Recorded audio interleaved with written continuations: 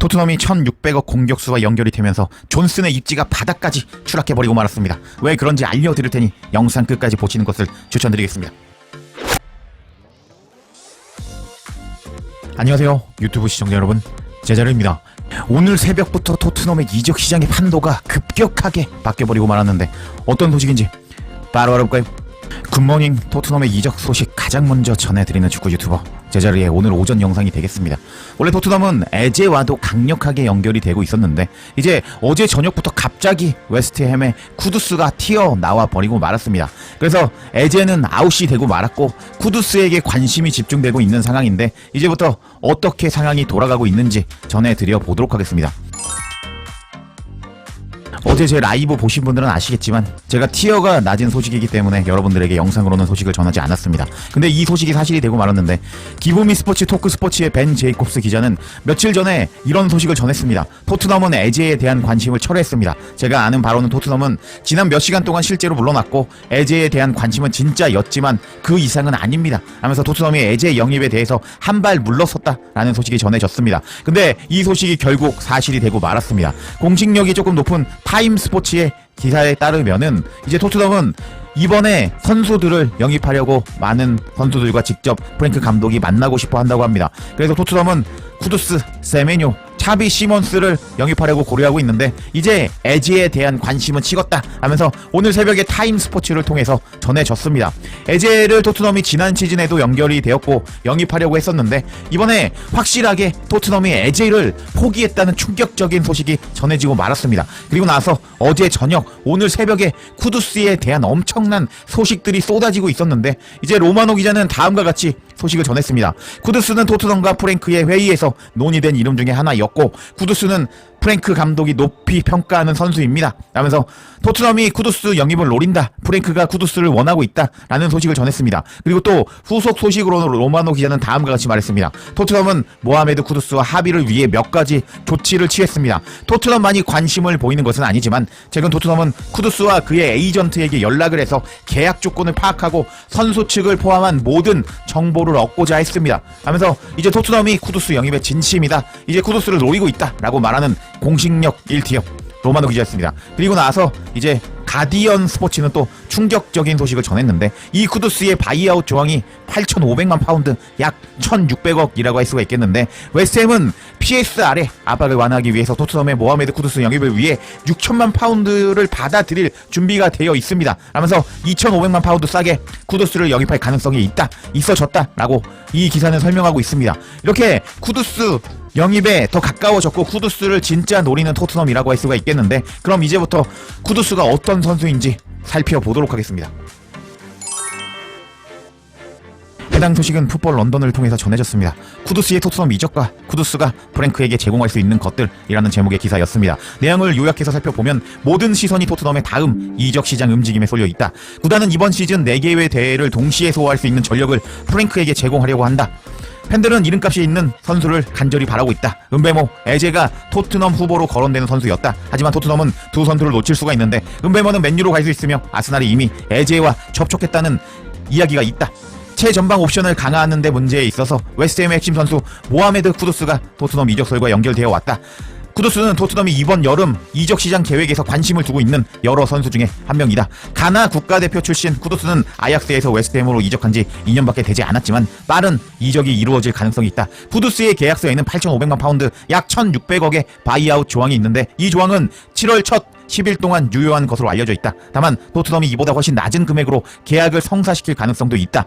쿠두스는 런던에서 치른 첫 시즌에 14개의 골과 9개의 도움을 기록하면서 강한 인상을 남겼다. 쿠두스는 지난해 11월 프랑크 감독의 브렌트포드를 상대로 골과 도움을 기록하면서 자신의 존재감을 보여주었고 3달 뒤에 열린 4대2로 승리한 경기에서도 도움을 기록했다 하면서 쿠두스가 브렌트포드에 있었던 프랭크 감독을 발랐다라고 기사는 설명하고 있습니다. 이제 계속 살펴보면 만약 쿠두스가 이번 여름 이적 시장 마감 전에 토트넘으로 이적한다면 왜냐하면 쿠두스와 팀 동료들의 문제가 될 수 있다 하면서 쿠두스가 과거에 토트넘의 미키 반더벤 파페서라 충돌에서 퇴장을 당했던 장면을 이제 설명하고 있습니다. 쿠두스의 능력에 대해서 이 기사는 설명하고 있는데 쿠두스는 빠르고 드리블 능력이 있고 경기에서 마법 같은 장면을 만들 수 있는 선수로 평가받고 있는데 때때로 기복 있는 경기력을 보여주지만 프랭크가 그의 기량을 주마다 안정적으로 끌어올릴 수 있다는 분석이 있다 하면서 이제 쿠두스에 대해서 설명하고 있는데 제가 이거는 뒤에서 통계를 보여드리면서 설명드려 보도록 하겠습니다. 그래서 이제 쿠두스와 함께 훈련했던 아론, 크로스, 웨리, 쿠두스에 대해서 설명을 했는데 이제 그것에 대해서 설명하면 저는 쿠두스와 함께 훈련을 해봤습니다. 근데 솔직히 가까이 가고 싶지 않았습니다 라면서 크로스 웰이 말했다고 합니다. 계속 뭐라고 했는지 살펴보면 그와 1대1 상황을 하고 있었는데 쿠두스는 왼쪽으로 조금 가줄래? 라고 말하고 싶을 정도였습니다. 정말 최고의 재능을 가진 선수이고 그의 잠재력을 다 아직 보여주지 않았다고 생각합니다. 훈련 중에 그에게 가까이 가려고 하고 싶지 않았습니다. 왜냐하면 제가 공을 뺏으려고 하면 그가 절 못 보게 움직이게 만드는데 그 정도로 빠르고 날카롭게 움직이기 때문입니다 라면서 이제 쿠두스가 정말 엄청난 재능을 가지고 있는 선수다 라면서 크로스 웰이 반증하고 있었습니다. 그리고 이제 이 기사는 다음과 같이 이제 이 기사를 마무리하는데요. 쿠두스 영입 장점 중에 하나는 그가 다재다능하다는 것이다. 아약스 출신의 쿠두스는 전방 세 포지션 모두 뛸 수 있는데 프랭크 감독에게 다양한 옵션을 제공할 수 있다. 쿠두스는 지난 시즌에 오른쪽 윙어, 왼쪽 윙어, 공격형 미드필더, 세컨드 스트라이크, 심지어 센터 포워드도 뛰었었다. 왼발잡이 쿠두스는 첫 시즌 대부분을 오른쪽 윙에서 뛰었고 그 자리에서 10골 4도움을 올리면서 웨스트햄에서 두각을 드러냈다 라면서 오른쪽에서 미친 골과 도움을 기록했다고 했는데 자 존슨 큰일 났죠? 제가 왜 존슨이 큰일 났는지 뒤에서 설명드려보도록 하겠습니다. 그래서 쿠두스는 존슨, 셉세비, 오도베르, 손흥민, 시샬리송, 솔로몬, 마이키 무어, 마티스, 텔 등과 윙 자리를 두고 경쟁할 수 있을 뿐만 아니라 솔랑키의 백업으로도 활용될 수 있다. 쿠두스가 다른 공격수이든 토트넘은 다음 시즌 프리미어 리그에서 본격적인 도약을 하려면 공격진의 새로운 차원을 더할 필요가 있다 하면서 쿠두스가 정말 엄청난 선수라고 설명하고 있는데 쿠두스가 토트넘에 오게 된다면 손흥민 선수와 시너지가 왜 폭발하는지 존슨이 왜 큰일 났는지 이제부터 설명드려보도록 하겠습니다.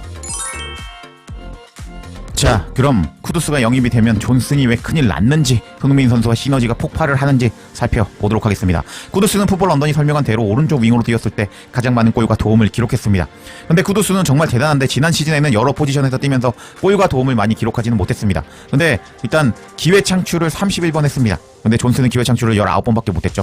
그리고 크로스 정확도가 무려 25.9% 상당히 높습니다. 근데 존슨은 11.3%. 그리고 쿠두스는 드리블 성공을 무려 92번이나 했는데 드리블 성공률이 무려 48%가 됩니다. 근데 존슨은 19번밖에 시도조차 하지 않았고 성공률이 46.3%인데 이거는 이제 존슨은 시도가 낮고 일단은 성공률도 쿠두스보다 낮다라고 할 수가 있겠습니다. 그래서 프랭크 감독은 제 영상 꾸준히 보신 분들은 아시겠지만 최전방 공격수 그리고 좌우 윙어 공격형 미드필더가 골을 넣게 전술을 짜는 감독이라고 알려져 있었는데 지난 시즌에는 존슨은 엔지 감독의 전술적 특혜를 받으면서 그냥 너는 받아 먹어라 라고 받아먹기 전술의 특혜자라고 할 수가 있었는데 이제 딱 비교해봐도 쿠두스와 존슨은 이제 퀄리티가 다른 선수라고 할 수 있기 때문에 존슨은 이제 쿠두스가 영입만 된다면은 벤치로 밀릴 가능성이 있다라고 할 수 있겠습니다. 그래서 이게 왜 손흥민 선수와 시너지가 터지는 이유냐라고 질문하시는 분들이 계실 텐데 딱 보시면 아시겠지만 이제 존슨이 지난 시즌에 골을 잘 받아먹었던 이유는 손흥민 선수가 왼쪽에서 수비수들을 어그로 끌고 반대편에 존슨이 프리하게 만들어 주었기 때문이라고 할 수가 있는데 이제 쿠두스가 영입이 된다면은 이제 쿠두스가 2000년생으로 24살이거든요. 아무래도 쿠두스가 더 많이 뛰고 손흥민 선수보다 더 어그로를 끌 가능성이 있습니다. 그래서 쿠두스한테 수비적인 어그로가 끌려준다면은 손흥민 선수가 프리하게 공간이 나겠죠. 그래서 손흥민 선수가 공간 침투로 골을 넣을 가능성이 더 높아졌다. 이게 바로 쿠두스가 영입이 되면 손흥민 선수와 시너지가 폭발하는 이유다. 쿠두스는 아무래도 골 결정력은 손흥민 선수보다 떨어지는 선수거든요. 그래서 손흥민과 쿠두스의 시너지가 폭발을 한다라고 할 수가 있겠습니다. 와, 상당히 이적 시장이 재미있게 흘러간다고 할 수가 있겠는데 이제 손흥민 선수가 프랭크 감독을 곧 만나게 될 것 같은데 그 전에 쿠두스가 토트넘에 영입될지 지켜봐야겠습니다.